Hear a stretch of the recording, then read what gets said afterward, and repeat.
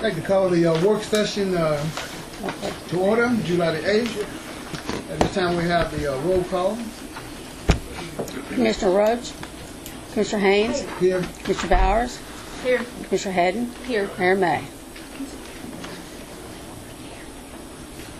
Okay, for you all that have an agenda, we'd like to let you know about the changes on the agenda, just so you would know.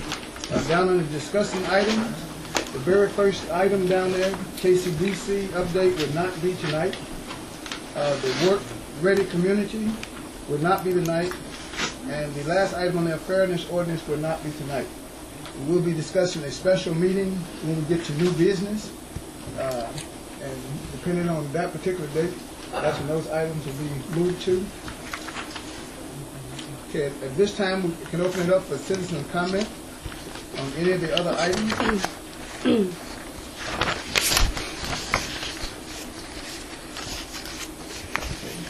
Seeing none? Wait a minute. I was wondering if we won't have an opportunity to talk once the items have already come up, only at this time, or do we just need to say? Is it on an item that we're going to cover tonight? It is on an item that's on the agenda.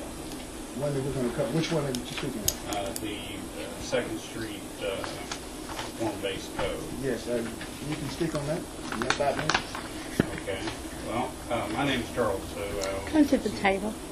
Come on. If you would come to the table. Here, pull that back. Slide it closer to you. Charles, what was your last name? B-O-O-E. I'm the owner of Rebecca Red Candies, as well as a property owner in the area. And I guess if I did a quick count, I own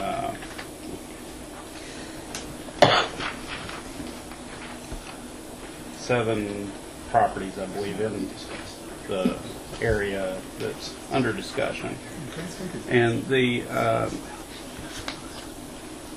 City Commission, the previous one, put together a task force to study the form-based code for the 2nd Street area.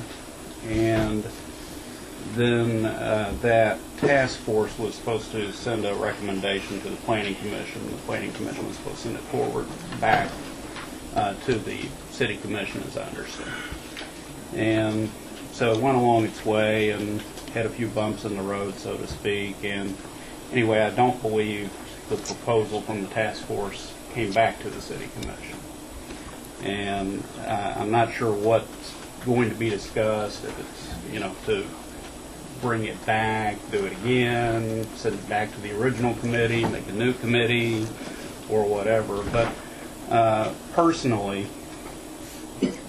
I came to the conclusion that a form-based code, as put together by the task force with the funding through the Kentucky Heritage Council, put a frame around the discussion that limited the discussion, and if a study or a task force or a group is needed again, or needs to be put together, I'd like to see a more holistic approach that incorporates citizens that are homeowners in the area, business owners specifically, and that it's not quite so one-sided towards historic preservation with a Department of the Interior design standards being a requirement.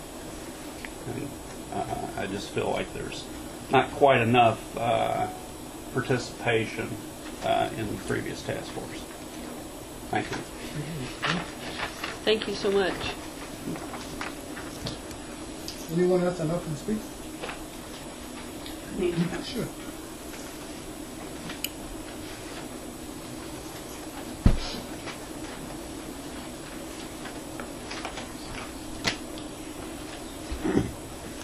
My name is Ann Gibbs. I would rather say what I have to say when we get into the individual discussion on the St. Clair Streetscape and the old Y time frame. Lane delinquencies and so on.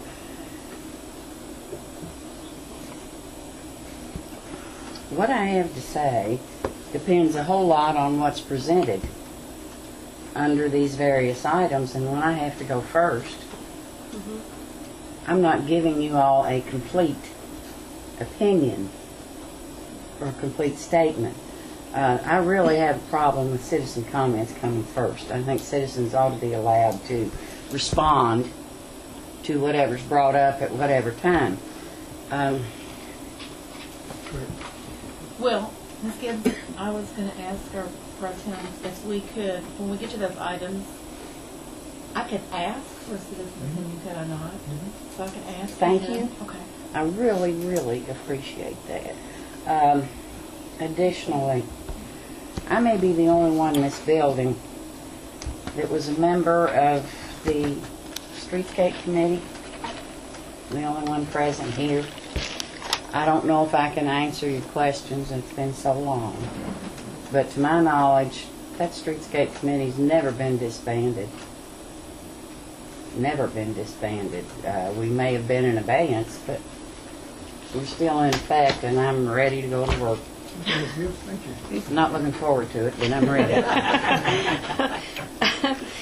Is there anyone else that would like to speak early on? We will be able to ask questions on those, because this is a work session. We want to get as much out of it as we can. Is there anyone else that wanted to speak before we go on here, sir? Over here. Yes, please. You could have walked around here. I'm not that big.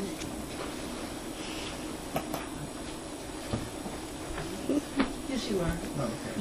Just check. It's nice to be at home. This desk is familiar to me too, because in our administration, one of the things that I worked with Ann Hoover on was refinishing this desk and preserving it with glass for future commissions.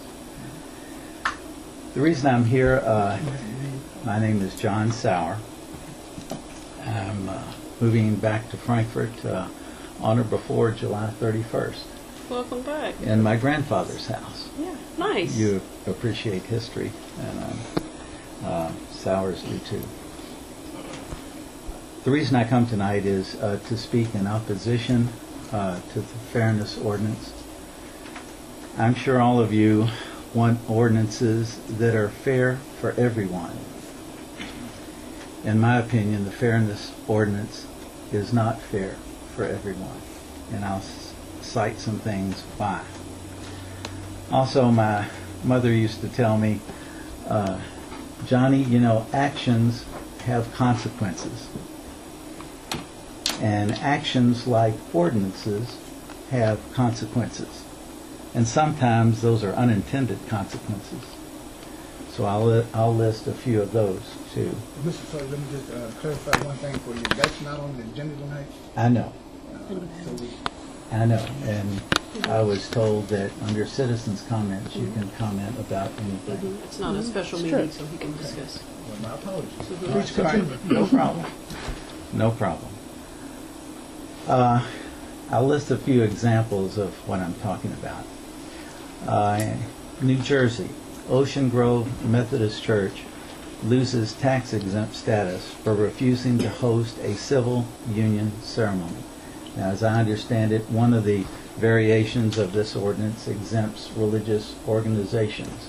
But that is something that is going to follow, in my opinion, down the line.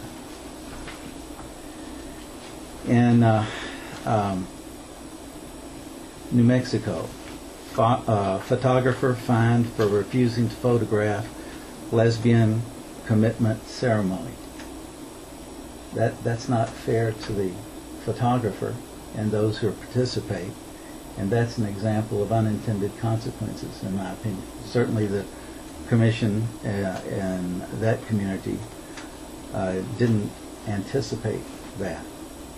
Virginia businessman forced to duplicate homosexual films. That's not fair to that particular filmmaker. That's another example of unintended consequences. California doctor forced to provide in vitro fertilization to lesbian woman. Again, I don't think that's fair to those doctors. I don't think that's, I think that is too an example of unintended consequences. Florida transgendered mechanic wins lawsuit for the right to dress as a female while transitioning on the job to female. Again, I don't think that's fair. I don't think the city had, in this occasion in Florida, had that in mind. And again, unintended consequences, in my opinion. So that's the mechanic. In Ohio, transgender police officer awarded $322,000 for workplace discrimination, and that's one of your issues on the ordinance, I believe, based on dress code. Again, bad legislation, in my opinion, unintended consequences. Yeshiva University forced to change policy on married couples only dorms. Again, in my opinion, bad legislation and unintended consequences by people who wanted to do the right thing. People who wanted something that is fair, but obviously not fair for all. Thank you. Thank you. Thank you. Welcome back. Thank you. Anyone else?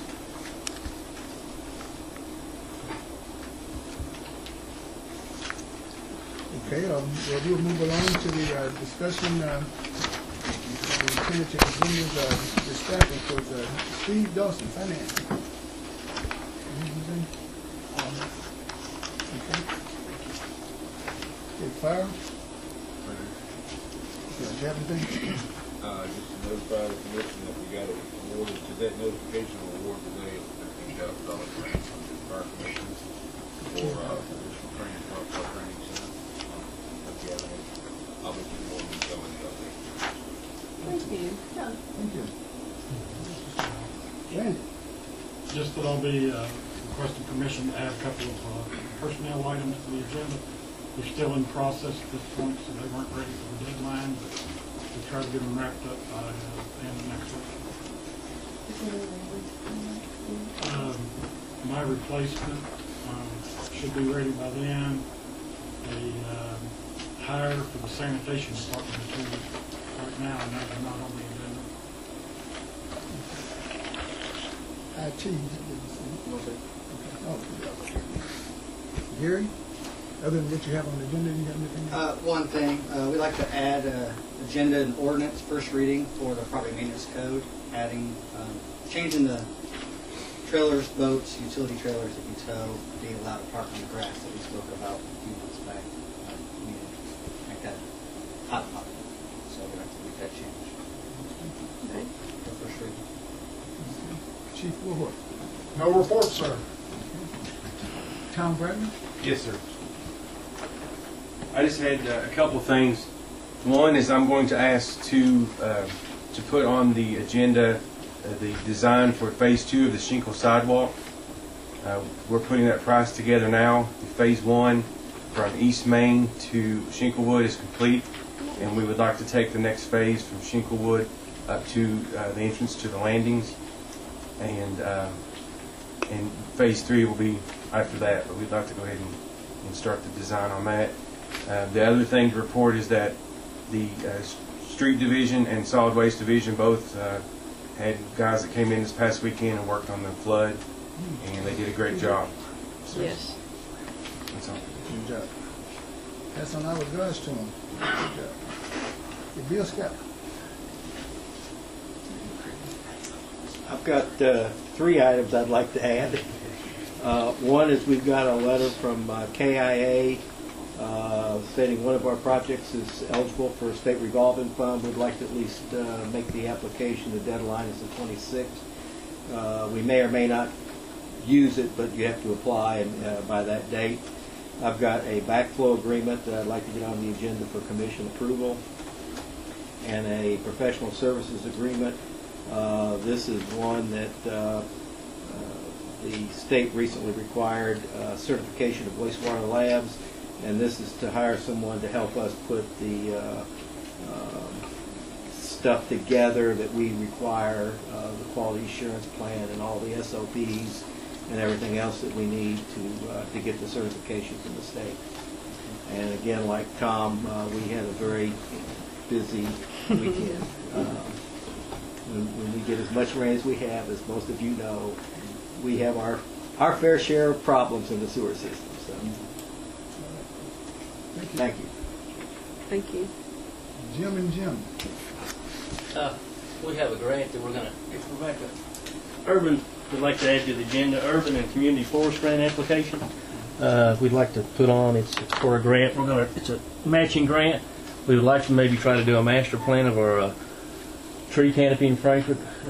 Andrew Kramick, the past city arborist, has all the street trees mapped, GIS mapping, but we'd like to get a comprehensive plan from a professional where we need to start, so we'd like to ask for permission to add that to the agenda. And also, like everybody else, we had a busy week. Thursday was a deluge down at Capitol View, but we had about 140 veterans that came and ate, and we shot the fireworks on Friday, so, and no injuries reported, so that's good. Thanks. Rebecca, what did you have? I do have one item. Gary might have to help me on this.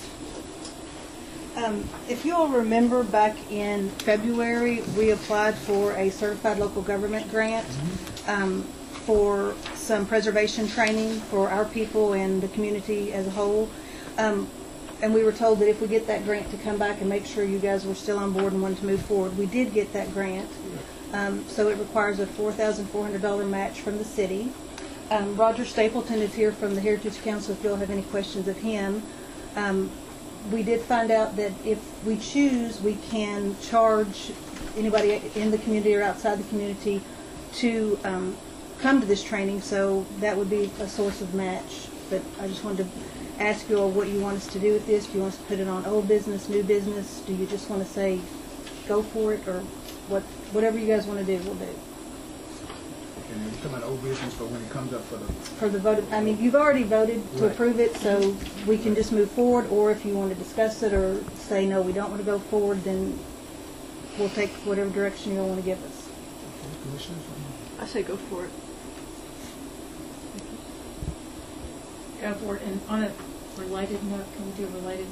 Do you remember, Mrs. Hop's not here, but at the last meeting, I brought up the thing about when we authorized the mayor to sign all documents that come after. I think he was going to look into, could we not have those documents placed on a consent agenda before we actually move ahead, so that the whole body gets to make sure that this is not changing policy, and that one person is not actually held with that change. Did you guys look into that, you and Zissop, solicitor? No, we have not looked at that, and that, Tim and I probably need to discuss that in more detail, because I'm sure you don't want to see every single document that's signed with respect to like a grant application, but you want to see the ones that have significance. That have the potential for actually changing policy. So we don't have a repeat of my questions back in January. So we can put all these documents in your mailboxes for you to look at. None of this would change policy, but... No. I think this one's fine to go ahead, but I just, since you were on that, I just thought I would ask that question, because Mr. Zissop said that you guys would look at it.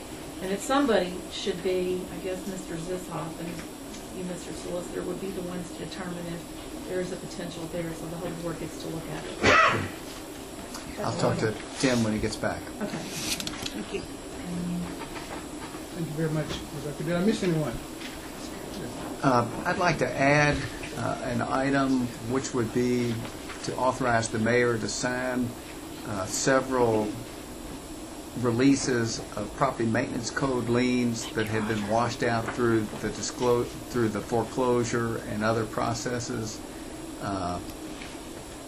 Because I think we've discussed before the fact that when a property that's subject to a property maintenance code lien goes through the foreclosure process, generally the city's lien comes last in priority, so it's not paid, but it's still disposed of and no longer effective against the property.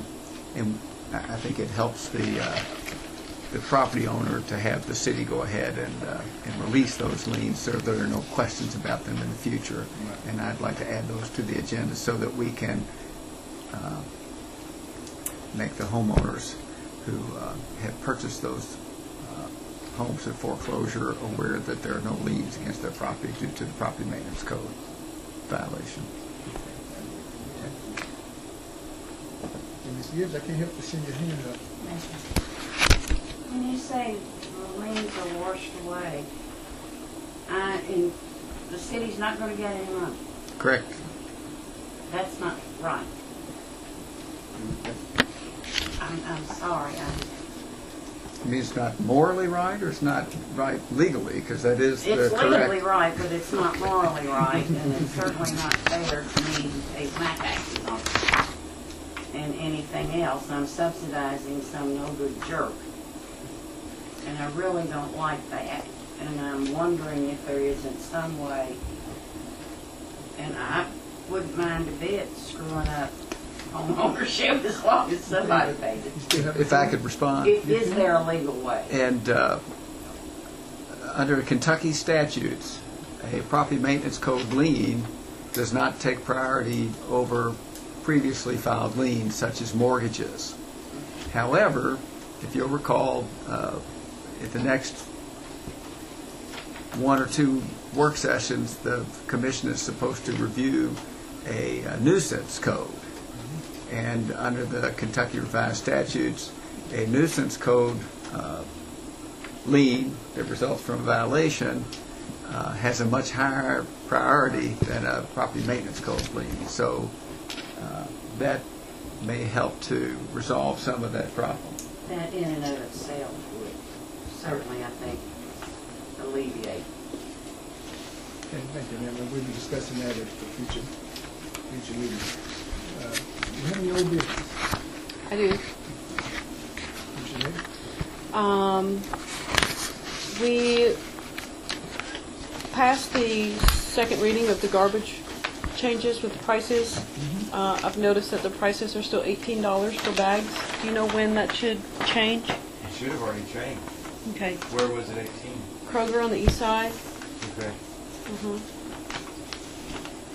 I don't know if it rings up that way, but it's still tagged.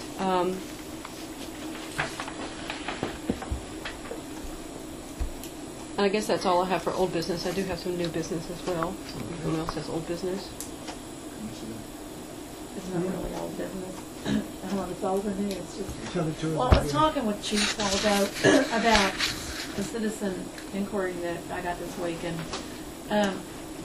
it was about these people that come door to door trying to sell you whatever, and they're supposed to have a business license, and oftentimes they don't. And what I normally do is call dispatch, and after I've asked for their business license, and they literally run out of my yard. The mayor and I both called, I think, back to back a couple of months ago when I just came out and tried to find them.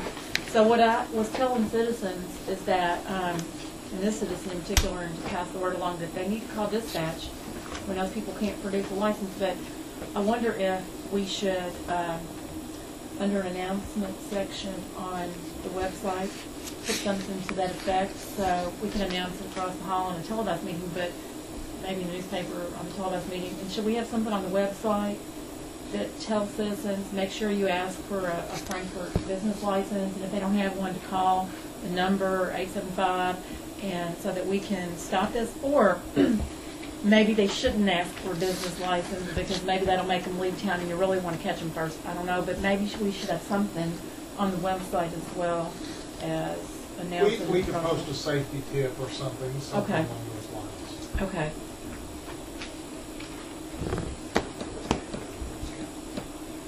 Do you have anything else? No. I think not yet. Okay, new business, we got a couple of things, but You have a couple? right, we do have to come up with our dates for a special meeting, but you can go ahead. Okay.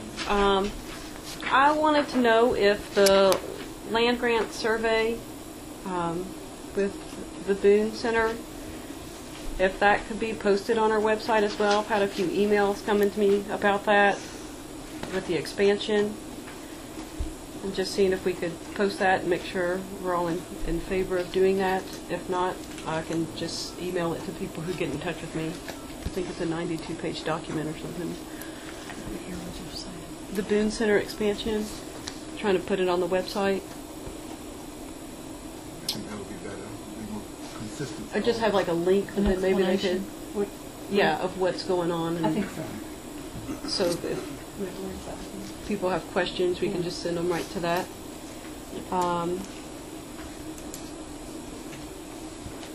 I can't make it to the meetings regarding the HR position, and I really do care who gets hired here at City Hall, especially when it comes to director positions. I'm just asking to see if I can get permission to the 5 candidates that we intend to interview, to make sure I can at least contact them and locally at least ask, maybe get some insight of who they are with just a phone call, if that's okay. My other job doesn't permit me to leave to come to those meetings, if that's okay with the commission. It's okay, the commission, I'll participate. I'll be down to 5. You're down to 5, right? The 5 interviews are coming up this week? Could interview 4 Wednesday and 1 Friday. Or at least see the resumes of who submitted, of those 5 that you're going to interview. Okay. Is that okay?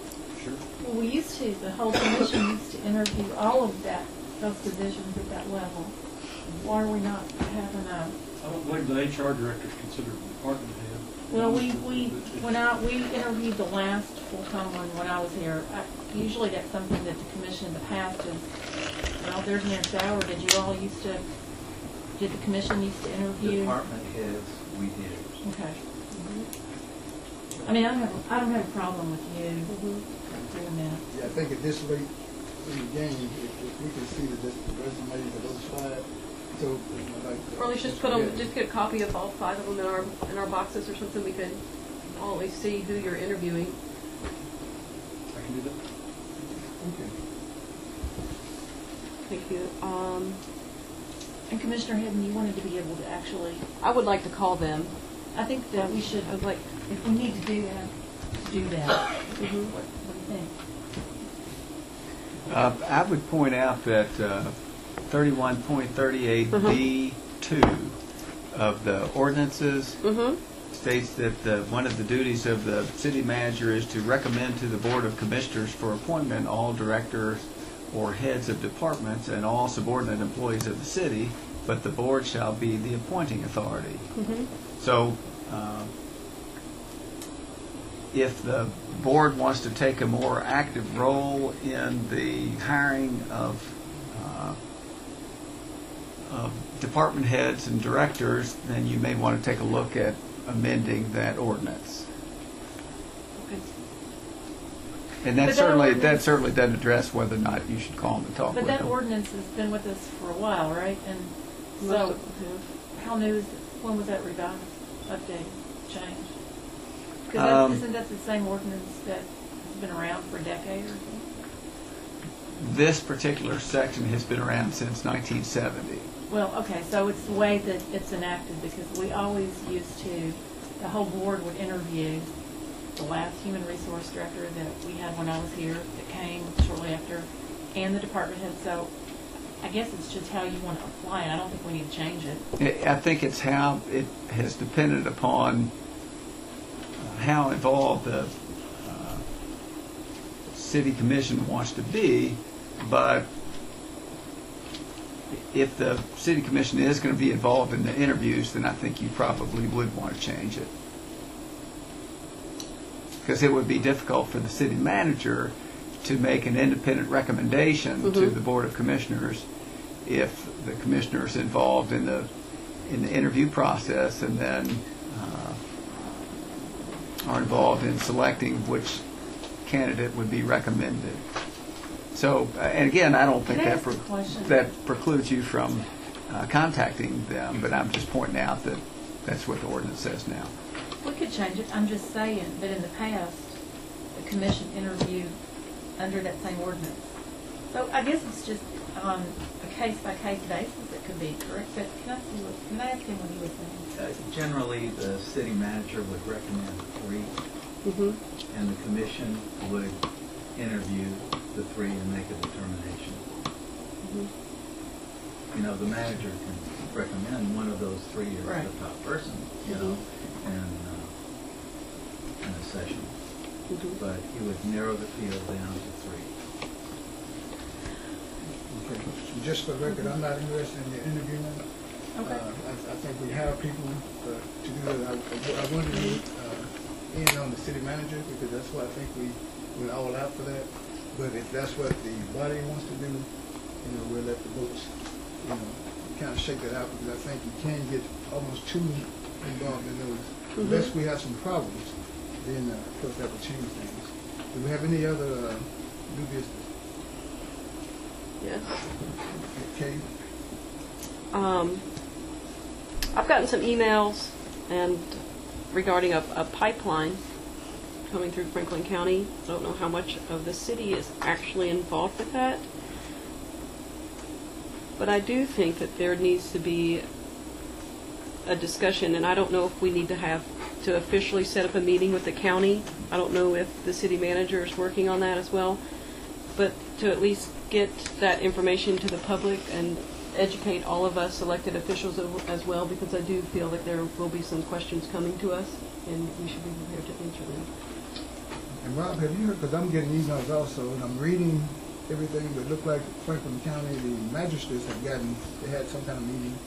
I haven't heard anything happening. I know it's not supposed to affect The city actually had a meeting here with the city manager, and I can't recall who else attended, where one or two representatives of the pipeline company came and advised the city manager and the others in attendance of the plan. It's my understanding that none of the pipeline will go through the city, and of course, by statute, they're authorized to build the pipeline, and they actually have the authority to condemn property pursuant to the Kentucky Revised Statutes in order to build the pipeline. Generally, the pipeline company would want to stay in rural areas just because it's so much more expensive to locate a pipeline in a developed city. And all the potential toxins it may bring out as well. Harming. And then Nelson County had a lot of That's fine. You're good. That's all I have for new business. The other item on the new business, I think everybody has responded to the emails. We're looking at a special meeting, and the dates we were looking at was Thursday the 11th, Friday the 12th, or Monday the 15th. I understand the 11th is no longer available because the person that we need there to speak on the insurance is not available on the 11th. So that puts us down to Friday or Monday. And Mayor May have put out some times on Friday from 10 to 3. And I think that same time is available on Monday, 10 to 3. So the two that are here. Well, I keep my Mondays open in case there's things like that happen. So my Monday is just all about city commission, and I said that at the beginning of the year. So you know that I'm going to go for Monday unless all 5 of us can't be here and we really need all 5. So I'm for Monday. Mondays are my days off as well from the hospital, which makes it a lot more convenient for me. I put that in the email as well. I can do almost any time on Monday. I might have 2 little ones with me, but they're okay with that. Rob, is there a time that's best for you? No, I'll make myself available. Ramona? I'm here. All right. Anybody else in the room? Okay, well. 8 a.m. The mayor does not want 8 a.m. Not 8. No, neither does the clerk. 8:30. 9 We said 10 to 3 is what the mayor So said. you want to go with the 10? 10. on the 15th. 10 o'clock on the 15th. Do we want to discuss the agenda for that meeting specifically so we're all clear? Sure.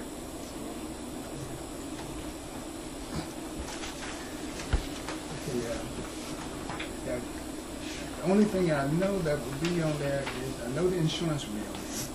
Fairness. I thought the insurance is getting moved to August. Is that not what the... She's not available in August for the work session date, so we have to back up into July. So would she be available for next Monday? Do we know that? Yes, I talked to her today. Okay. Thursday, no, but Friday or Monday, yes. Okay. And the fairness order. Okay. Those are the only two things that I'm aware of that will be on that. You know, 15. No.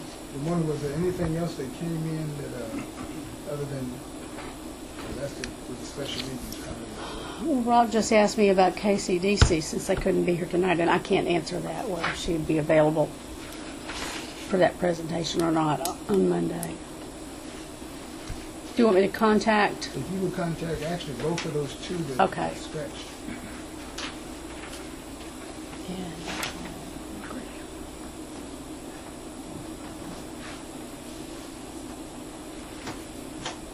Okay. That's all I think that will be on there for Monday. Seeing no other new business, we'll go to the discussion items. We have St. Clair Streetscape. Thank you. Thank you.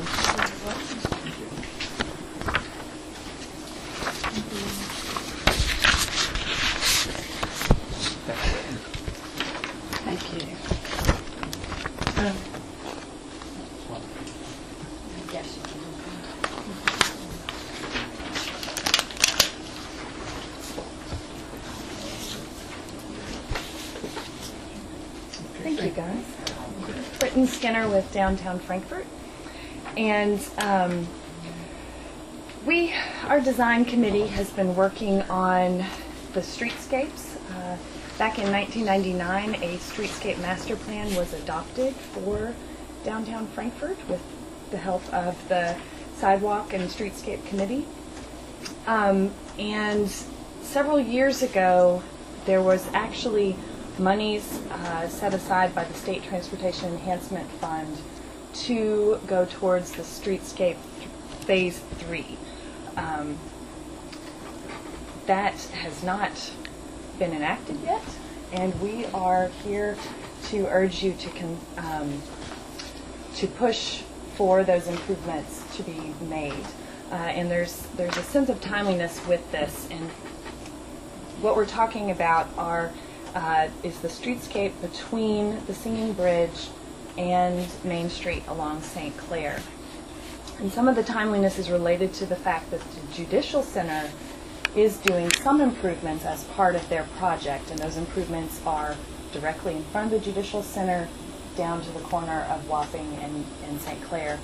And we're urging the Commission to go ahead with improvements from the Judicial Center down to Main Street and then the other side of the street. A couple of reasons for that. One is you've got some major ADA issues going on with those sidewalks. In some places, the curb height is approaching 2 feet. It's pretty high. You've got some broken pavement, things like that. There are some. What am I trying to say? I lost my train of thought. There are some safety issues. One thing as well is that entire block, the businesses that are located along there, they've already dealt with years of construction related to the Judicial Center. And we really feel like, to let the Judicial Center and all of that mess finish, be cleaned up, and then come along in a few more years, or maybe even next year, and say, okay, well, now we're ready to do the sidewalk enhancements. That just puts a major imposition on those property owners and building owners. So there's some great opportunity here as well for some savings related to it already being torn up, and working with the county to take advantage of some of those economies of scale, basically. And I know you all received a letter from our design committee. We met at the end of May and invited a few representatives from the city. I know Tom was there. We had Gary. We had representatives from the county to talk through some of these improvements. And it was one of those amazing meetings where folks seemed to be in agreement that this was a good thing and a possible thing. So from from here, we are urging you to address this in a timely manner. Because, you know, the Judicial Center is supposedly coming back online in the fall, and, you know, we've got some things to do. Tom, this is the same one where county has one side and we have the other side, is that correct? Yes, sir. We have been working on some improvements on the opposite side as the county, from the Singing Bridge all the way to Main Street, including the ramps. We're pulling some numbers together. So we've been working with the county as far as what they're doing on their side. What we're looking at on our side is just a full replacement of the sidewalk as is. It'll go back to concrete sidewalk, just like what's there now. But there are several places where there are some curb heights that are issues, and there's a lot of tripping hazards and things that we can replace as part of our normal sidewalk replacement program. Now, we the ones that also, I think in the recommendation had those little lights, pretty little lights that we have. Were them the same recommendation on the same strip? Is that us? Well, now there was an issue there in the brick area of St. Clair. They used the 5 globes, but you have a wider pedestrian area. Now, on this street, the 5 globes would stick out into the traffic and could be hit. So they were looking at the possibility of trying to find maybe some 3 globe lights that would be similar in appearance but wouldn't stick out there and affect traffic because it's not as wide.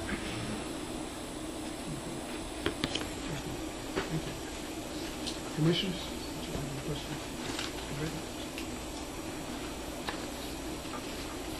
Well, thank you for bringing that information to us. Looks like we're all working on that. I think it's a great idea, especially since we're waiting for that building to be. We're going to have so much more traffic with the Judicial Center and the improvements with the federal building and the river opening up. It just makes sense to do some of these things now. Thank you. Thank you. Sorry it's taken so long. Oh, why time frame? I don't have anybody that was speaking that.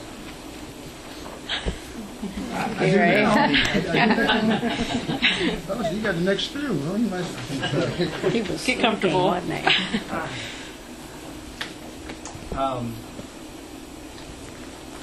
Spoke with Commissioner Roach. He called me today and had some questions. And I'm not sure. I didn't put this on here, but it's on here. I also sent out an email and I copied you all today. That's staff's time frame.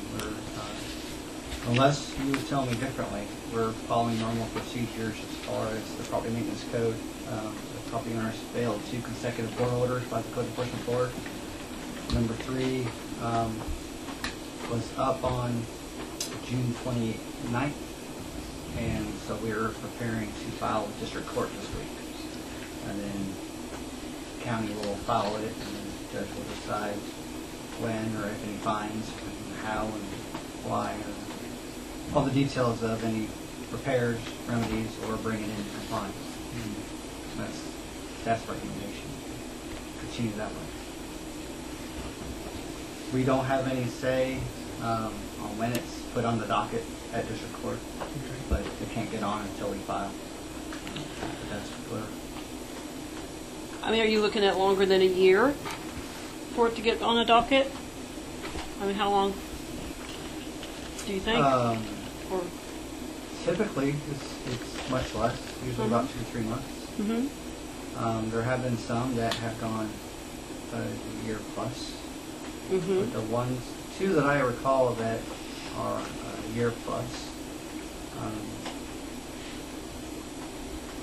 were like after the fact demolition, so there's not a structure waiting to be repaired anymore. This is one specific one that I have recall. Hasn't ever gone before the judge. who owns it? Are you allowed to say that? I mean, it's public record. He's I don't remember his name. He's a neurologist, orthodontist, dentist. Okay, something like that. In E-Town. Plastic surgeon, something like that. Surgeon, orthodontist. There's a lot of things. You know. He's good with his I'm not hands. sure. You know. But he was anyway, they own it, and they made the courtyard. It's on Shelby Street. It was torn down over a New Year's holiday, I believe. That's never made it to district court yet. And Gary, before I forget, you made a comment early on, and I missed it if I was looking for what your little time frame. You said something is going to be filed. It's a, we have to file a claim to district court. It's a third citation citing that it's a civil penalty misdemeanor versus a non-civil criminal violation versus a civil violation which has been done prior. Thank you. There's no action required. And one question, we don't have to go the district court route though, do we?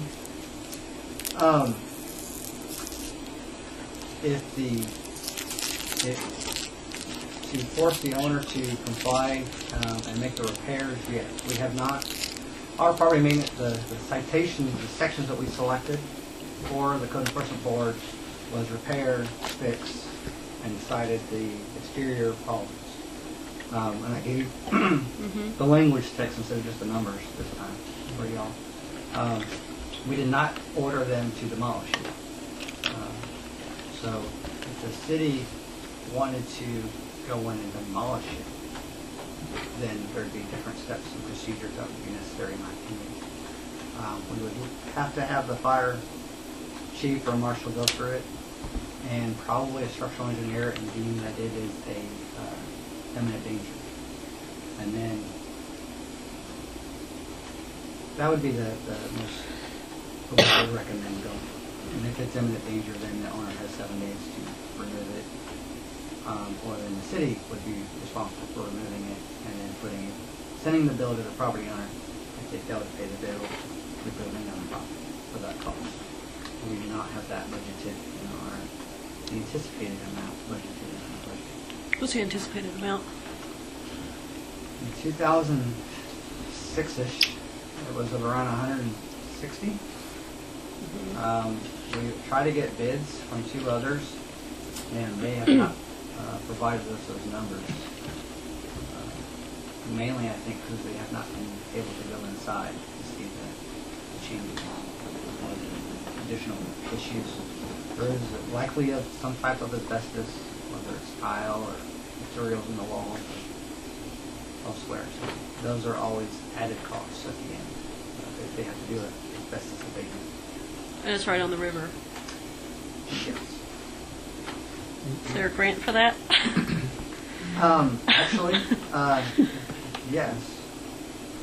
For a repetitive loss structure on the wrong side of the flood wall for our flood mitigation plan we could try to go that route. But that is a longer process. I think it's more prudent with our funds and with the owner's intention is to repair, renovate, rehab. So that being the case, unlike former owners that we had torn down structures, they were non-talking, non-negotiating, non-responsive in any way. This owner is responsive to our comments and has. He bought it in 2007. I'm sorry, I didn't mean to interrupt you. 2006, 2007 is what I recall. And he has failed to make any repairs since then. He's had that building for that length of time. Hasn't brought the building into compliance since then, that's correct. I see somebody in there doing some work. That's why I wanted, I don't know. Nothing that requires a building permit. They haven't told us anything that they've done. Like they're putting stuff out. That's how it looks like to me. They're cleaning some of the stuff out, possibly. I think you may recall a year or 2 ago, we worked with the state. It's a state jurisdiction building for housing building construction. So any permits also have to go through the state. We worked with them to give them a 2-day limited hour temporary occupancy for just the front 40 feet. I think it was 4 rooms. Right. The structural engineer only certified those 4 rooms if they shored up from underneath because it wasn't even safe for those 4 rooms. And everything else was off limits for the structural report. But the state agreed to give them a temporary art showcase thing. I forget what it's called. The designer showcase. Designer showcase.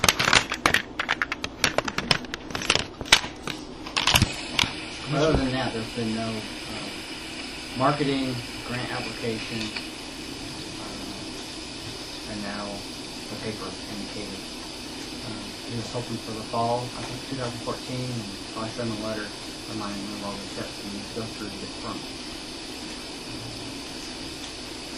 And that's where we're at. Commissioners, y'all have any more? Yes, I do. Go right ahead. Can we hold putting it in district court and give him a time frame and say, you have till November, and after that point, if you have not made adequate improvements, your building needs to be torn down? Legally, I would leave that for a lot more. Yes, you can direct me not to file, and I won't file. Whatever agreement you come up with the property owner, that would be y'all's agreement with the property. In 2006, when he fired, we were at the point of demolition. Right. And then the city commission gave him 2.5 years to bring the property up to code. And that was then.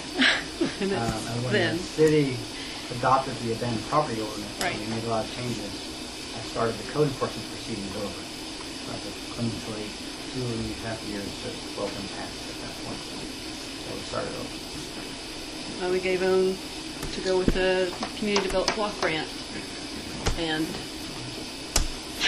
But Camden, you all tell me not to file with this court, I won't file with this court. And then hopefully you'll be able to meet with the property owner and come up with some type of right agreement in lieu of going to this court. If you wanted to go that way.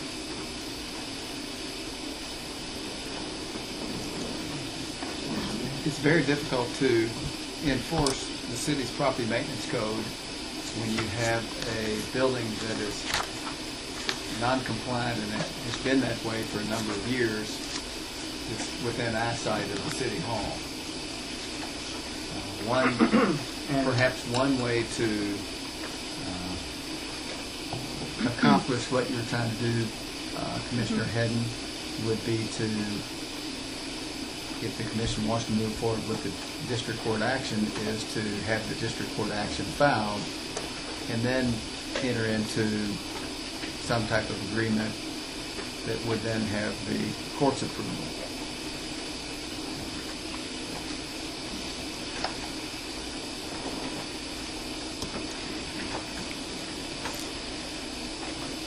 There is a $700 lien currently.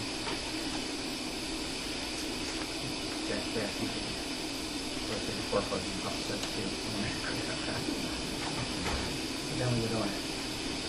Or somebody would own it. If you want to go that route.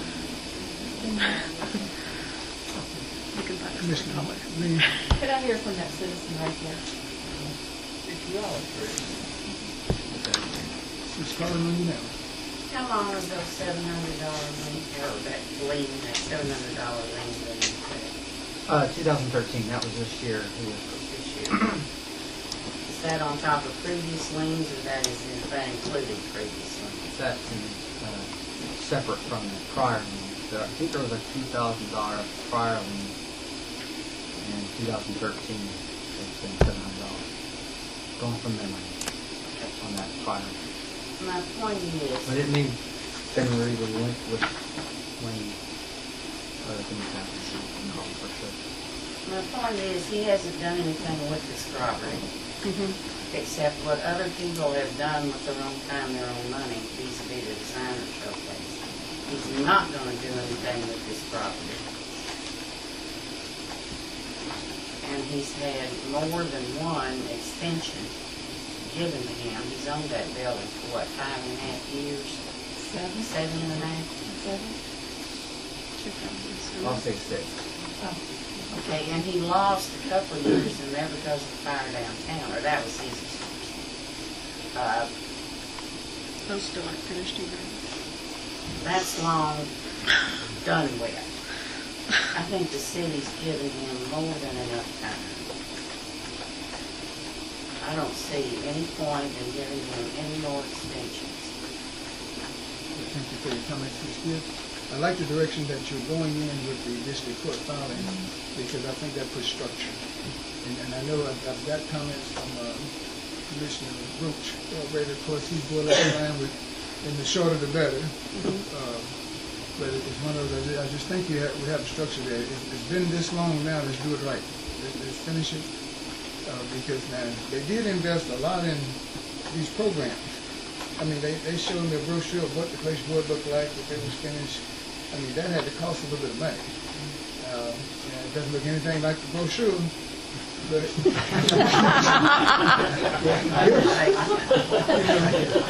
we can put a time frame, in there going to the system, it would be nice. And otherwise, I agree. I don't know what we would do with the space, but it's one of those, as Ms. Gibbs and others have spoken, it sounds like it's been a lot of time. I unfortunately wasn't here when it was the OY. So, Roche telling me when he was a little kid, it was already condemned. I don't know. I used to swim in it, it should have been condemned. Oh, okay. They have history I don't have on that. But I think you covered that. Do you need any other guidance from us? No. Okay, good. So you prepared to go straight into the interest on lien delinquencies? Yes. Thank you, sir. So we're going to file it, that's That's what he's already going to do, unless we direct him otherwise. Well, and the solicitor, you suggested that once it's filed, then we... Hold on a second, Gary, run back. Okay. I'm listening. Once it's filed, if the city wants to enter into some type of settlement negotiations with the property owner, they could do so at that point, and then there would be a deadline set forth in the court document, and that might be easier to enforce.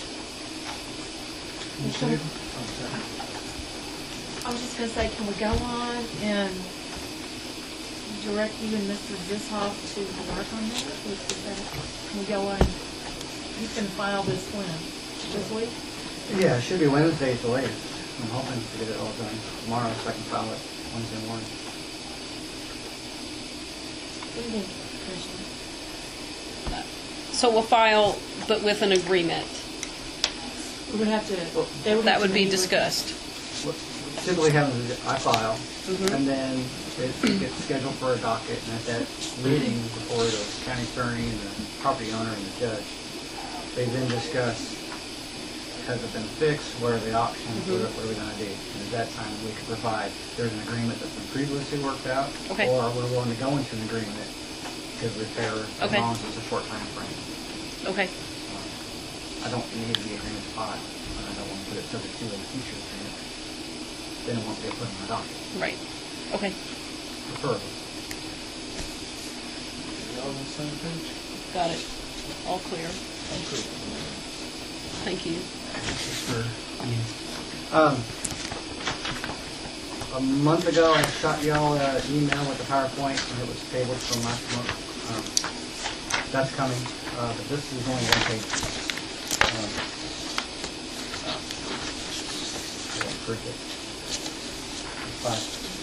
Interest on liens. Probably maintenance lien. Mowing. When we mow someone's property for their failure to do so within a 5-day notice, we send out a crew, we cut their grass, and then we send them a bill. They don't pay it, it's a lien on their property. How much is the bill? Minimum is $65, if I'm not mistaken, because it's $65 an hour, and then it's like $50 for extra people. The reason I'm asking, my lawnmower went out today, and I'm wondering how I'm going to get that lawnmower. I can't get it to current, so. I was just curious, it might be cheaper than buying a new one, so It seems like we are the loan service for a few properties. So we put a lien on our property. It's 18% interest. Annual,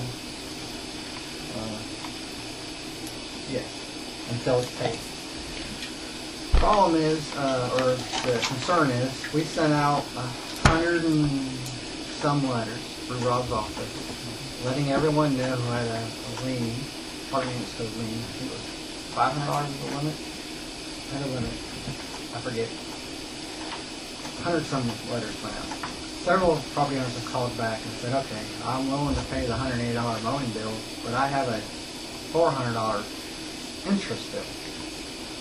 I don't want to pay the interest, but I'll be willing to pay what I should have paid a long time ago. Or it was someone else's property, it was my father's, I inherited it, I bought it for, I acquired it, however, through a divorce, whatever it is, I didn't know about it, now I do, because it's in these letters. Cutting to the chase, city manager, city solicitor, and I feel that it'd be probably better to get $180 than that owner not paying anything and us trying to fight for the extra $300 or $500, whatever it is. Our other liens, all of our other party units liens doesn't have a fixed amount. So we can work on that part with a couple. But the weeds ones are the ones that are by ordinance 18%. It's the only one that I have in part units because they do fixed amount. So we can't just arbitrarily work out payment plans or allow an owner to pay part of the lien. It's all with interest or nothing, unless you all allow us to say it's okay not to assess the full 18%. So I'm not too certain if I'm wrong, but that's my understanding where we're at. The Tim asked to have this on him, I think. I'll leave that on him. Well, if you're consistent and you, the city manager and solicitor, have gotten together, I would not have a problem as long as across the board, and you charge 60 of them one thing and then 40 of them with interest, that could be a problem. Right. My plan, thought, recommendation is those that we send the letters to, they get the free prize with no interest within 6 months or some type of time. I don't know what the payment plans have been, if we got any. Just some type of time period. Whether it's the rest of the calendar year, 2013, those that we sent letters, if you're willing to pay your lien and not the interest penalty, we'll take the money. That way we're getting something. Other commissioners, you have any thoughts about that? Commissioner Hidden?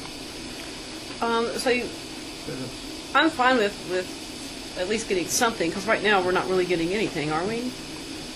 No, we got, I think, $1,200 last year total. $1,200 total.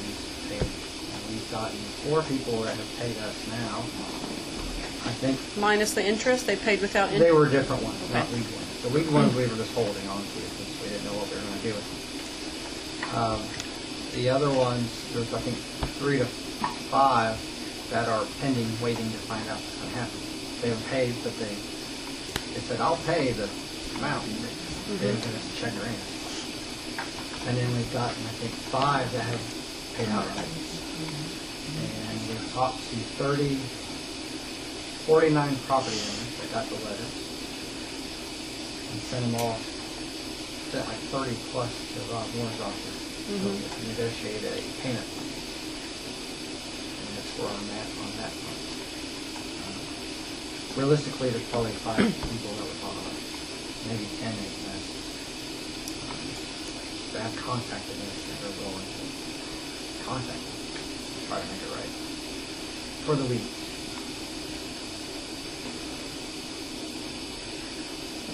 Well, it sounds like we might need to rewrite that, right? So, with the ordinance?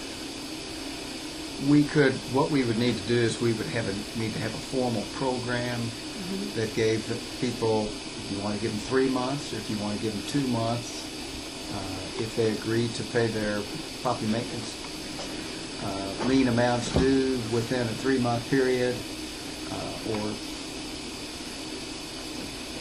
3-month period, and in that case either their interest would be forgiven or they could pay interest at a reduced rate.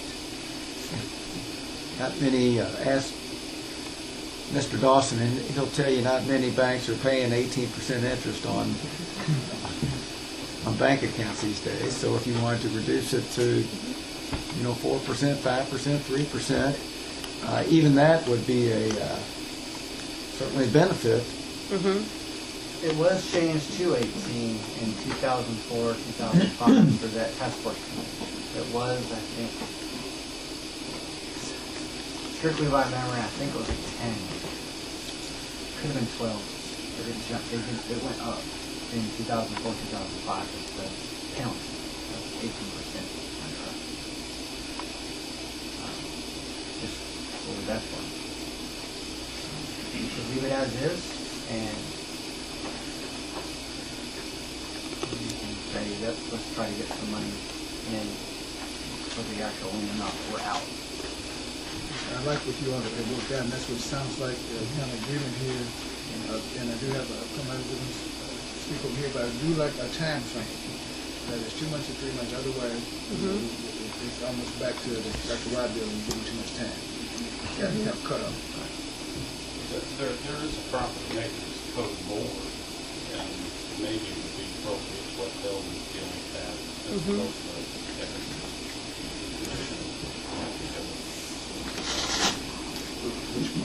The board could certainly provide input, but the commission is the entity that would have to issue an ordinance setting forth a time period when the lien would be, or the interest on the lien would be forgiven, just because the interest is in the ordinance, property maintenance code ordinance. Thanks for your input. That's all I've got for that particular item. Okay. So we're going to work on With three of you all have talked about. short term and move forward. And great, thank you. On the form-based code issue, Second Street, I was asked to provide a short summary comparison of what the code is today and what the form code is going to be or could be, and help explaining that part to enable hopefully you all to decide whether or not we want a Second Street Task Force committee based on the Planning Commission's recommendation. If I'm wrong, by all means, let me know. So that, for background, and again, this was emailed to you all a month ago. But the Planning Commission has reviewed it. They made a recommendation to go to the task force. That task force no longer technically exists. In order to fulfill that public hearing function and their recommendation, we need to have a task force and then tell them there isn't going to be it. To get it back to y'all. Current zoning regulates primarily land use, density, setbacks. Form code deals more with where it sits on the property, and we don't care about uses. It's zoning like zoning. Zoning is all about uses, as well as setbacks and parking. And this is a quick little overview, but I think the next slides are the ones you're hoping to hear about, I think. It is there was a historic grant that we obtained.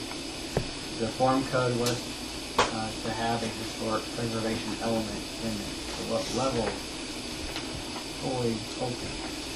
We hired consultants through the University of Louisville and the University of Kentucky, and through meetings and free charrettes and several other public forums.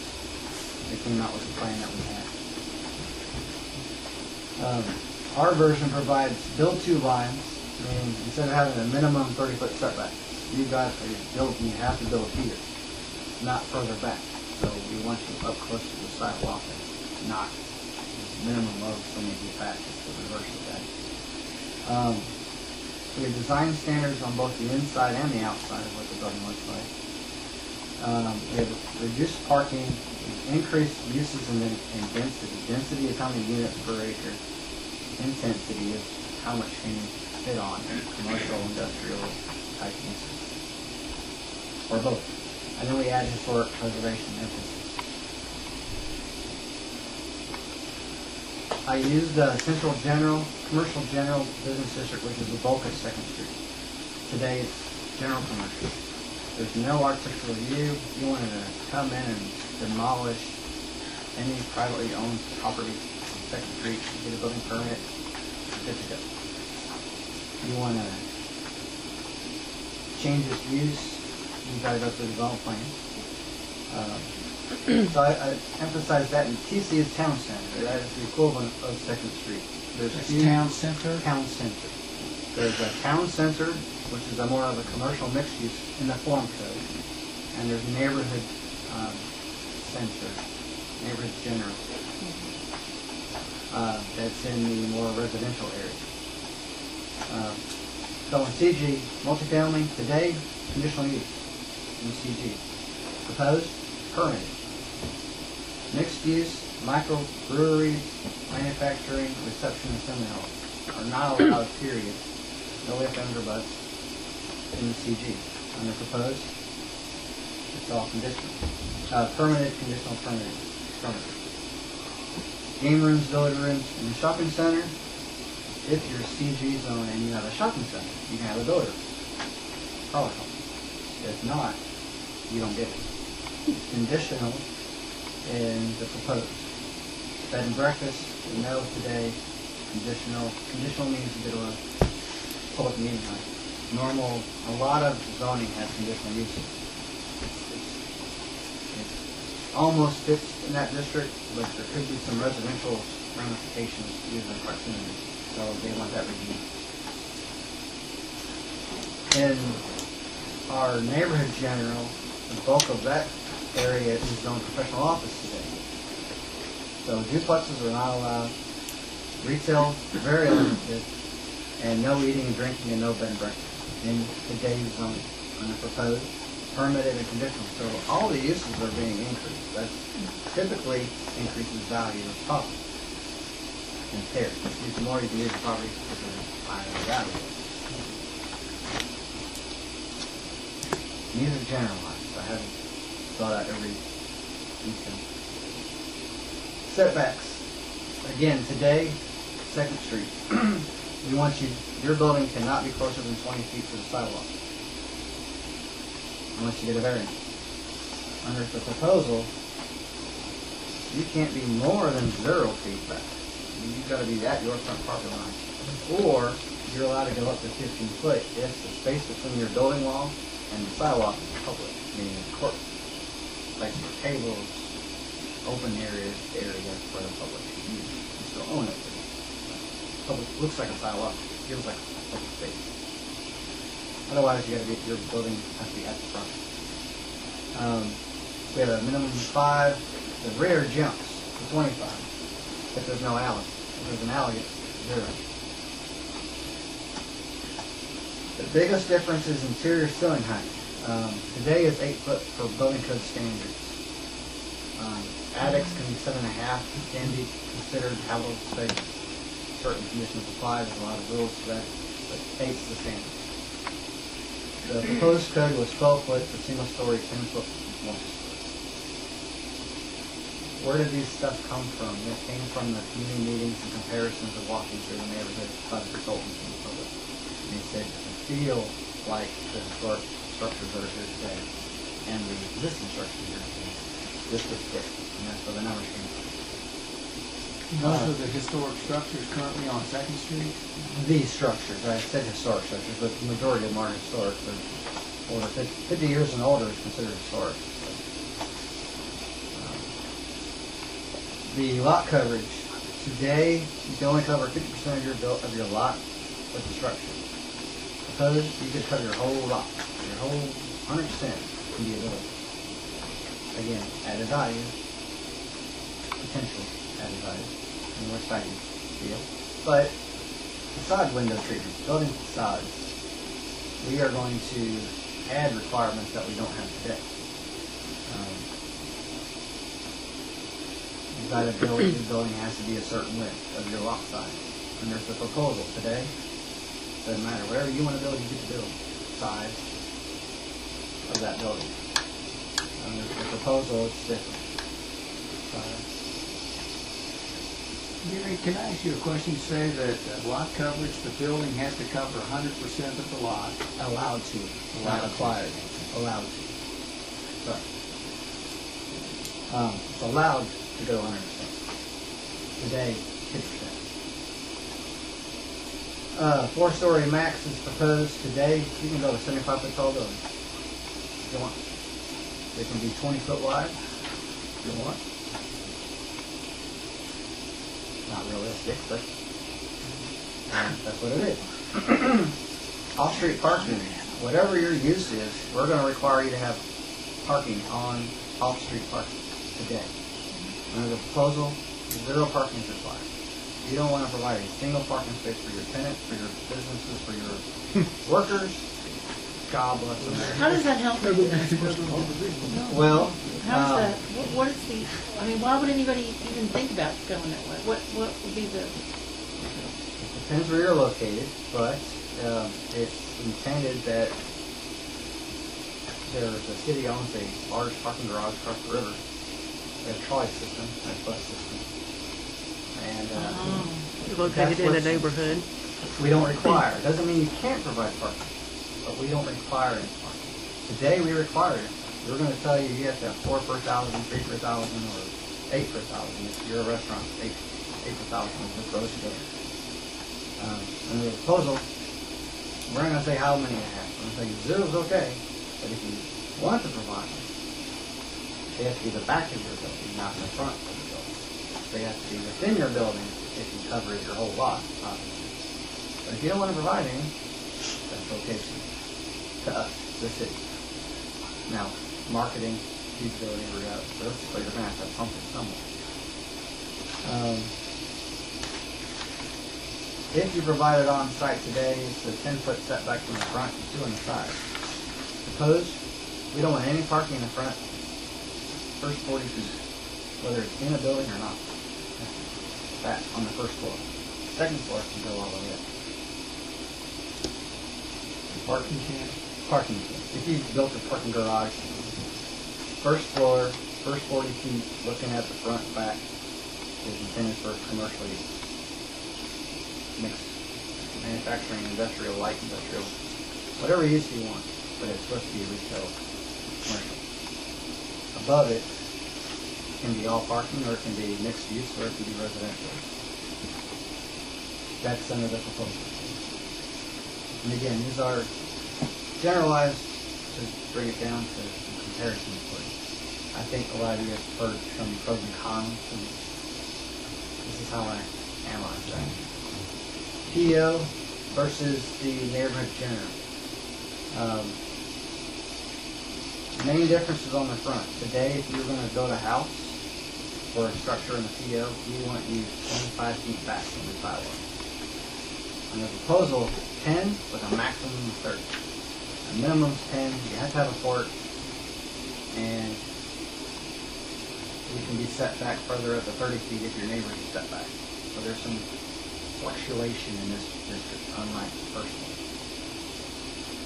Ceiling heights, again, 8 to 12, 8 to 10. It varies, so it's pretty consistent. A lot more lot coverage.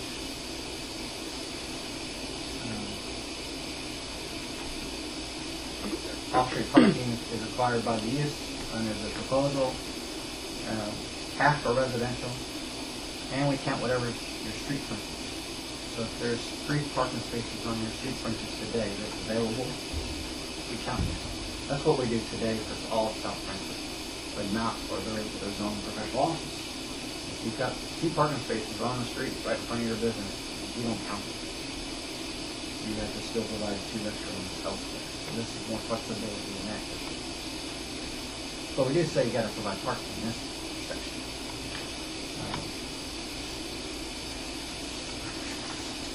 The historic side. All the historic section is new. So if you wanted to demo anything on 2nd Street that's CG zone, commercial general, today I can sign off on it. Proposal, you have to go to the Arts Review Board before you demolish. Maintenance of building. Today, there is no standard for maintenance other than our property maintenance code. Keep glasses window fixed. If you want a metal window, a wood window, or a vinyl window, you can replace it with any kind of window you want today. And the proposal has to be the same kind of material, same size, open, same material, or you have to the board. Additions. You meet today's setbacks, your 30-foot back, and 2 foot on your side, you can build it. 75 foot tall. Under the proposal, you have to meet both the historic requirements and the form code requirements for additions. If you don't meet those, it's not a no, but it's a, you can't move forward until you go to the board and get their advice, their approval, allowing for public input. They, if an owner wants to build 2 foot from the sidewalk, they have to go to a board, either variance board or the zoning code, to get a variance to be closer to the street, instead of that mandatory 25-foot back. So the board scenario isn't new, but it's definitely new on, when you're talking about Commissioner Hayden has a question. what else happens. As I recall, one of the 4 things Commissioner Roach had brought up was one of them going through, but then taking out the historic aspect. If by taking out the historic aspect, what does that do to this? Does it just stay how it is currently, or would it be done more in-house? Subject to the task force and some guidance from you all, I would recommend that demolitions go to the board or some type of review. But the other part, I think, definitely could be reduced and or eliminated and still have some preservation element to it. That's my last slide. Okay, I'm sorry. I think I only have one more. Jumping the gun. But PDO is basically exactly the same. This was in the form code. We hired a different consultant. We had some extra funding available through the grant, so we used it to do some, what it could look like. Sarah's current vacant building structure is not occupied at the bottom. This is the vacant lot next to it. So this is what a structure could look like meeting the form code. So this was shown as the illustrative purpose. Walker's, car wash, floral shop, garden. If it was removed, and this could be installed and built, and it would meet the farm code provisions. So these, I didn't know if some of you have seen these or not. They're not in the book of the farm code, but they were extra slides that we did during a couple meetings. On Shelby Street, the house that was torn down over New Year's, we used that lot as an example of, okay, we want to put a house here or a professional office that looks like a house. What could it do? This is at 10 foot, this is at 30 foot. So this just gives you the yellow house here represents what a new structure could look like in another farm code and where it would be placed. They're great vision visuals. So during the May meeting, we talked about the order, creating an order for task force. Additional information was needed. Hopefully I provided that to you. My understanding there was 4 things that were brought up. These are my understanding of the 4 things. The board approved an order reassigning Second Street Task Force and direct them to follow the Planning Commission's directive, which is listen to the minutes, take the minutes, and all the things the Planning Commission said, revise the plan, and bring it back to them. 4, the board approved a task force with direction that no historic preservation, with possibly the exception of demolition, be included. Giving them some specific guidance there. They'll have their meeting, they'll send it back to the Planning Commission. The Planning Commission will make a recommendation, hopefully, this year. Ultimate approval or denial sits with the City Commission. The Planning Commission is strictly a recommending body. You are the approval or denial of that work. The text change. No task force.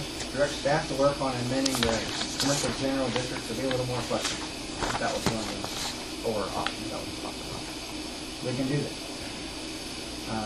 No task force, and keep the current regulation as it is. Basically, you're telling me, tell the Planning Commission, we're done with the farm code thought process for now. We're done. And either of the last 2 scenarios, I still have to go back to the Planning Commission and tell them there is no task force. You made a motion to send this to the task force in your public hearing. What happens next? So they may send it to you with a denial, they may send it to you as is, or they may send it back to committee of Let me ask you a question, since you and Commissioner Roach have had a conversation. I'm not understanding one note regarding 2nd Street. I'm still inclined to let it drop except for broadening the zoning. What does that mean? I think that would be number 3. We had asked, what are some of the good in the form code that makes property more valuable and more likely to be redeveloped? I said, well, if we throw out the parking requirements and give you every use that you want to have, that in itself may make property more valuable to turn over, but I think there's only one for sale sign on Second Street. So I don't know how much is going to change. Another question, and I'll yield to the general view who has been, I've seen him out of front of my eye, but I had to stay focused. Now, one lady was concerned that if she sold her place, it would be hard to resell if the new thing, because the building sets, I guess, Back. right. The current code is pretty, it's hard for our existing structures, especially any of them that set back more than 2 feet off the sidewalk, which several of them do. It's pretty hard to do an addition without going to the architectural review, period, no matter what it looks like. Because our additions, adding on to existing structures, requires you to, if your building width isn't 70% of the width of the lot today, we're telling you this got to be 70-foot width. And we want it in the front, not the back. Well, if the kitchen's in the back, we want to change it to a kitchen. And it makes more sense if the kitchen in the rear for your addition, for your walk-in cooler. You can't do that without going to the board. Even though it makes sense to me, yeah, it makes more sense to add a little square box in the back and change the use. I had to tell them, you guys on the board, because it doesn't meet with the form code set. If there's a ice storm and several windows get broken, they can't just replace it with any window that they want under the current version. That is a cost issue, potential cost issue. Telling someone you can't put an 8-foot ceiling in, it has to be 12 or 10. There's cost to that, not a huge cost, but there's a little bit of a cost. You know. But that cost versus you're able to put in a restaurant, put in microbrewery or all these other uses, we don't care how many units you pack in here as far as residential, that kind of outweighs some of those other costs. So there has been no economic study comparison done by the consultants or staff or the council. Does that help? Yes. You're saying under the current proposed Yes.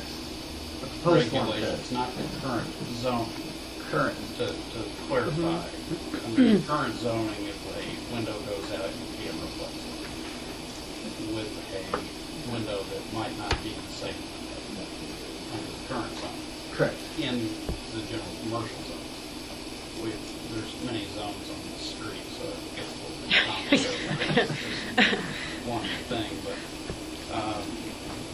the pictures that we saw, all of those can be built under the current zone. I would propose to with a condition board action. There might be a variance required or a process, but there's a process for that. All those things can be built on the current zone. And the big change that the proposed code brings about is architectural review board oversight, as opposed to going to the city and getting a building permit or submitting for whatever type of permit you need. That's the main thing that's at stake, in my opinion.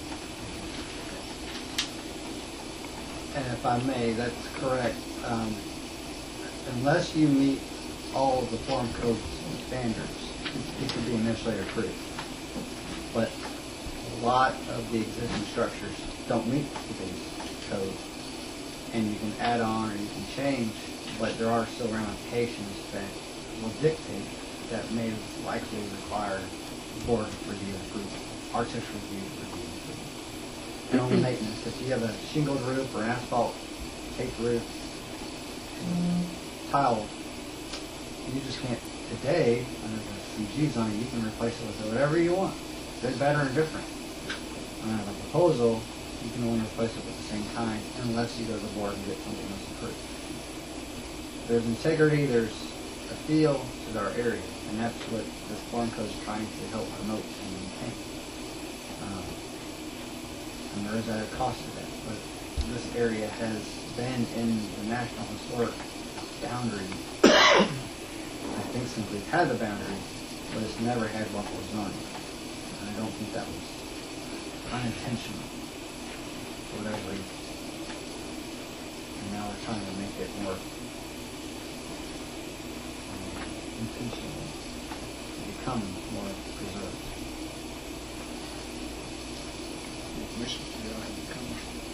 Yes.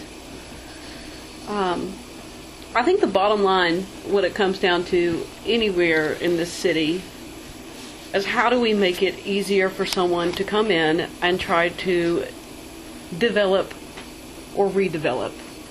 How do you keep the old with the new? And how do we maintain the fact that maybe somebody wants to do a little bit different on their property and make it a little bit more modern without using all the historical aspects that come along, or without going in front of the Architecture Review Board for something that you might want to do? I think simplicity is best. Anything that we can do and we can keep all in-house. But how do we do that, and how do we tie in this task force, or not tie in the task force, and go with the greening of American capitals that came in as well? I mean, if you gave those parameters that you just spoke of to a task force, and with some expectations of what you want out, that would be more than what the first task force had. yes. For sure. If the Greening of America's grant concentrated on public property, which is the area of the farm code that I have the biggest problem with, to be honest. So the two will work great together, I believe, if we can get the two together. As far as the private property, if the Greening Americas didn't have a lot like that. It was all done on the public property, other than the school. Had a wonderful, great concept of a more public open space, stairs going down, and the river walk and the garden. Yeah. There were 5 areas. They were outstanding what they did. But it didn't really deal with the only effect on businesses is it recommends parking only on one side of the street, on 2nd Street. Right. Whereas today there's parking on both sides of the street. So there would be even less public parking available under the Green America's plan, which had a lot of support of all those that were part of it. I don't know if I answered your question, but that's how I... If you tell that a task force, you create a task force, and you give them the parameters that we don't want to discourage businesses, we want more administrative approval or all administrative approval unless you do X, Y, and Z. The current form doesn't make it look like an old building. It can be all modern. We don't even care what material you use in building new. It's when you're adding on or repairing that the ARB really comes into play. Building new. Or redeveloping, would that work with repairing or not? So if I bought a building, the car wash. Sure. Bought it. I don't want to keep it that way. I can demolish it. With approval, yes. With approval. That particular one is already listed as an okay one to be demolished. Okay. What if it were not? Yeah. There's only like 4 or 5 that are okay. The majority of them Are not okay. Correct. Majority are not okay. I wouldn't be able to administratively approve 98, 90%. And then I just wanted to redevelop it. Yes. You can put anything you want. We're going to tell you how many windows we want to see on the front. We're going to tell you, just like zoning today, where it needs to be on the property, but instead of back, we want it up. And we're going to tell you, parking, no parking, we don't care, that's up to you. But if you provide parking, here's what I want. Signage, exactly the same as what you have today. We encourage you to put it in certain places, but the size is still what you're not losing it from the signage. Yeah, we address awnings. Awnings were addressed in the If you, I don't remember awnings being mandatory, but if you provide them, then we have definite rules on how you use them and put them. Under the proposal. I like your outfit, but you just can't wear that.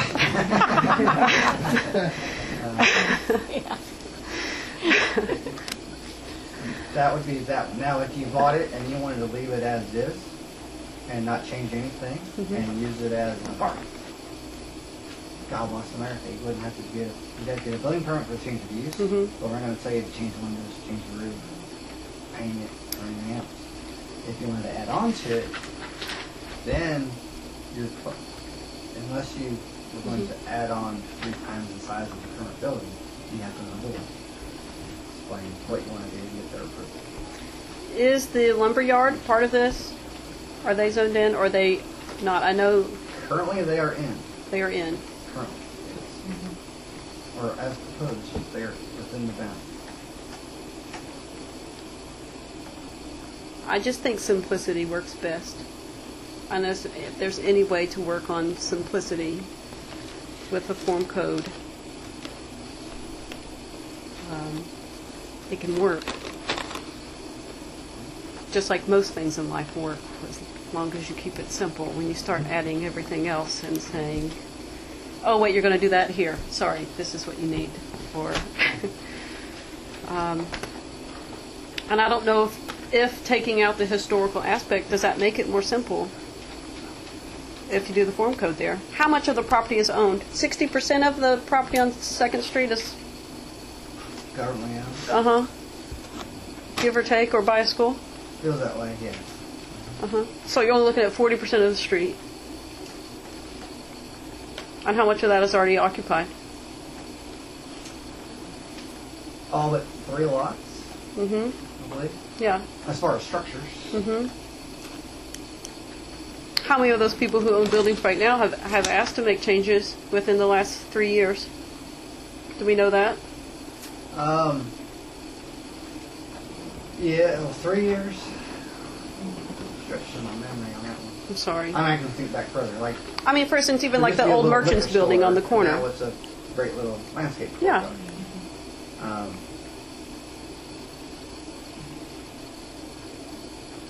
There was a change from state office to a old car renovation, restoration use. The beach house has been repaired a few times that the city owns. Don't need more. Very minor, other than the city's. Yeah. And we don't have to even Nothing follow else. our own We standards. tore down a structure and built part of it.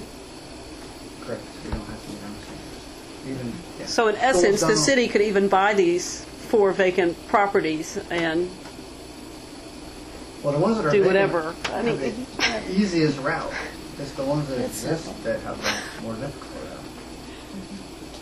In my opinion, just because of the change of maintenance of materials. You can't make a window small. You have an odd shaped window. You've hated it your whole life, and if only gets damaged by an ice storm or whatever, you can't make it smaller without one of the board. Even if you use the same material. Whereas today, under the current zoning, you could make it a standard size and put in all wood or all metal or whatever you wanted type window. Or fill it all in. There are differences, for sure, in that aspect. so I guess where I sit would be either no task force but direct staff, or keep a task force but take out historic preservation with more guidance on what would like to be seen within a task force redeveloping the area. Correct. Okay, As long as you get all that on tape, but I'm down to two. That was pretty good. That was pretty good. I don't want to I'm miss down that. to two now. Yeah, I know we have people that want to have comments, but I need to ask probably Rob. This looks like it's going to need some more work. We got that special session coming up. If we added some of this, because we're missing some valuable input, that this is just a working meeting, so I don't want us to get too far out there. I like that last comment, so if we got that gives us more of a time frame kind of work around.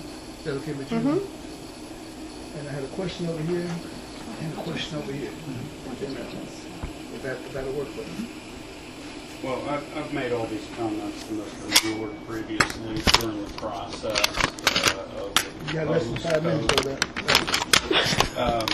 And some of the issues that I have with the code as it's proposed, and we're not really talking about the proposed code, we're talking about whether or not we set up a new task force.